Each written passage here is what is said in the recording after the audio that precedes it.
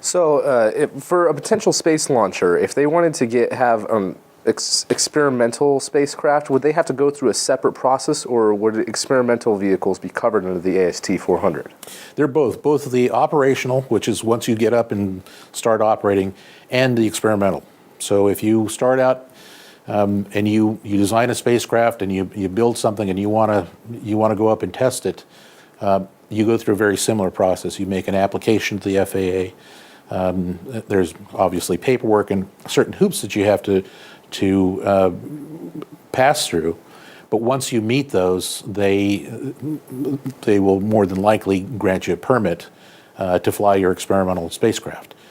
You can't carry revenue passengers under an experimental, just like as you can't, in theory, under Part 23 or Part 25.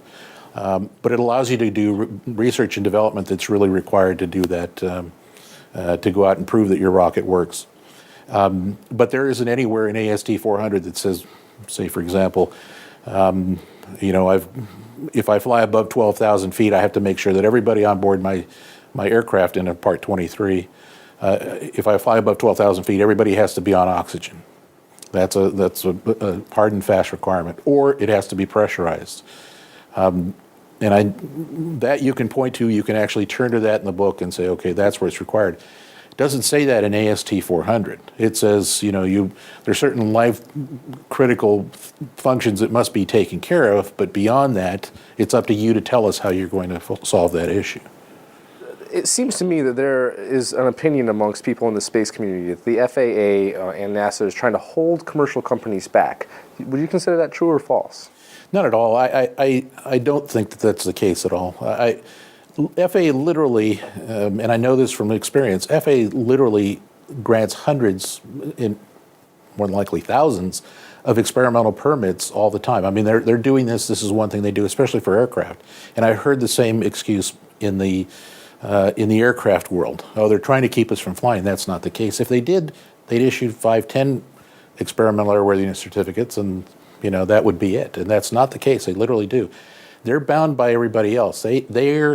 Their prime mission, especially under AST-400, philosophically, I think the FAA looks at it and says, truthfully, we don't care if you go out and kill yourselves. I know it sounds very, very callous, but they're saying we don't care what you do so much if the passengers who are going to be flying on board your aircraft or spacecraft know that it's not a certificated aircraft. It does not have a type certificate.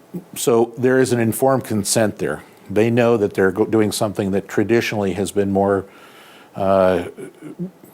risky or less safe than flying in an airliner, for example. So they know that going into that, and most companies. Every company that I know that we've worked with are having their potential passengers sign an informed consent agreement that basically says, yeah, I know it's risky, and if something happens to me, I'm not going to go back and go after you for this, for anything that may happen. So that takes care of the passengers on board the space vehicle.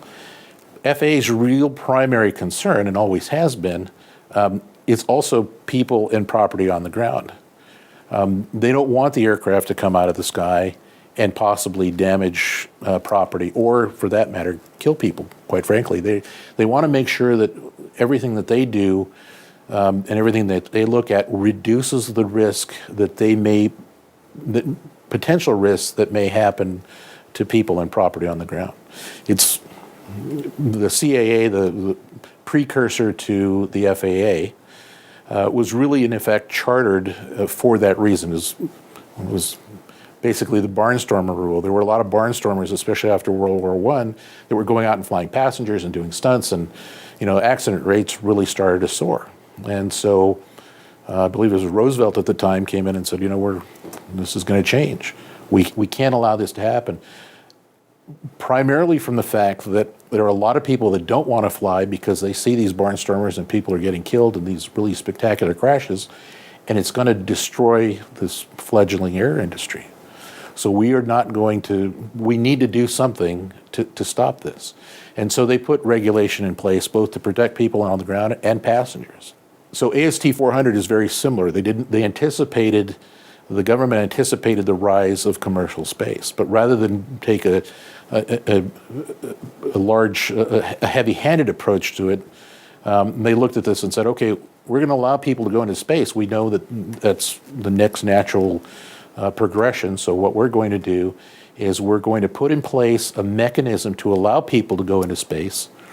And we're not even going to tell them how to do that, which is almost unprecedented in any government organization. I mean, it's very rare that you go to a government organization that they go to you and say, you know what, you tell me how you're going to do this.